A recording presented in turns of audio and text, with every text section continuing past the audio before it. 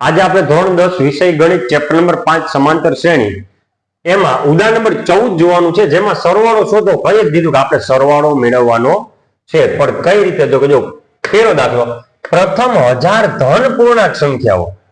પ્રથમ 1000 ધન પૂર્ણાંક કીધું. ધન પૂર્ણાંક એટલે એમાં ધન જ આવશે, ધન આંકડા બધા. હવે એમાં શરૂઆત ક્યાંથી થશે? તો કે 1 2 3 4 5 એમ જાતા જાતા જાતા છેલ્લે તમારે કયો આંકડો આવે? તો કે 1000. કેમ પ્રથમ 1000 કીધું ને, તો પહેલી સંખ્યા 1 હોય, છેલ્લી સંખ્યા 1000 હોય.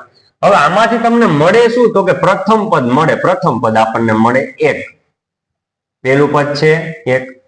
હવે આમ જોવા જાવ ને તો તમને હિન્ટ મળી ગઈ કે છેલ્લું પદ આપણને આપેલું છે. છેલ્લું પદ જોવું, છેલ્લું પદ an અથવા તો તમે l કયો તો પણ ચાલે. ઈ આપણને આપેલું છે જો 1000.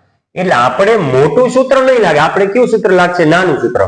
એટલે તમે જવાબ જે છે ને એ બે સૂત્ર મૂકીને તમે લઈ આવી શકો. જવાબમાં કઈ ફેર પડશે નહીં, જવાબ તો સરખો જ આવશે. કદાચ આપણે ભૂલ થઈ જાય કે છેલ્લું પદ આપ્યું છે તો આપણે ટૂંકું સૂત્ર મૂકવાના બદલે આપણે મોટું સૂત્ર મૂકશું ને તો જવાબ તો આપણો સાચો જ આવશે. આપણે ડી ની કઈ જરૂર છતાંય મેળવી લઈએ. 2 - 1 2 - 1 તો સામાન્ય તફાવત ડી શું આવશે? 2 માંથી 1 જાય તો 1. જો તમે મોટું સૂત્ર મૂકશો ને તો તમારે ડી જોશે. બરોબર, ચાલો. અને છેલ્લું પદ આપણને આપેલું છે એન કયો કે એલ કયો. કેટલો આપ્યો છે? તો કે 1000. અને એન બરાબર પણ આપ્યું છે પ્રથમ 1000 ધન પૂર્ણાંક. એટલે એન બરાબર કેટલો? તો કે 1000. બરોબર. હવે સૂત્ર મૂકીએ. SN બરાબર n ના છેદમાં 2 a પ્લસ an. બરોબર. તો s n ની જગ્યાએ કેટલા આવશે? તો કે 1000. કેમ કે સંખ્યા 1000 કીધી આપણને. હવે n એટલે કેટલા? તો કે 1000 છેદમાં 2. a એટલે તો કે 1 પ્રથમ પદ 1 વત્તા an. an એટલે છેલ્લું પદ 1000. ચાલો, 1000 ભાગ્યા 2 એટલે 500. એટલી તો ખ્યાલ પડી ગયો. અને ગુણ્યા 1000 માં 1 ઉમેરીએ તો 1001. ક્લિયર? ચાલો, હવે શું કરવાનું? જો આ 1001 છે ને એને 5 વડે ગુણાય. 1001 ગુણ્યા 5. જોજો તમે, 1001 એને ગુણ્યા 5. 5 એકુ 5, 5 ગુણ્યા 0 0, 5 ગુણ્યા 0 0, 5 એકુ 5. પણ હજી પાછળ બે 0 છે ને મૂકવાના બાકી, તો જવાબમાં એ મૂકી દો. એટલે કેટલા આવશે? 500 500 500 500. એટલે s 1000 એટલે કે 1000 પદનો સરવાળો. પ્રથમ 1000 ધન પૂર્ણાંક સંખ્યાનો સરવાળો થાય 500 500. હવે એવી જ રીતે બીજું જે છે ને, બીજો દાખલો, એમાં પ્રથમ n ધન પૂર્ણાંક સંખ્યા. એટલે આમાં પણ ધન જ આવશે. સંખ્યા બધી કઈ આવશે? ધન પૂર્ણાંક, ધન સંખ્યા આવશે. એ શરૂ થશે 1 2 3 4 5 એમ આગળ જાતા જાતા જાતા છેલ્લું n ધન પૂર્ણાંક. n ધન પૂર્ણાંક એટલે છેલ્લું જે પદ છે ને આપણું n થશે. શું થશે? n. હવે આમાં પણ સેમ વસ્તુ. a બરાબર પ્રથમ પદ આપણને શું મળશે? તો કે a. ખ્યાલ જ છે કે ડી ની જરૂર નથી, છતાંય 2 - 1. તો ડી બરાબર 2 માંથી 1 જાય તો 1. હવે છેલ્લું પદ આપ્યું an કયો કે l કયો. જો આ જે છે ને આપણું છેલ્લું પદ છે, બરોબર. an કયો કે l કયો, કેટલું આવશે?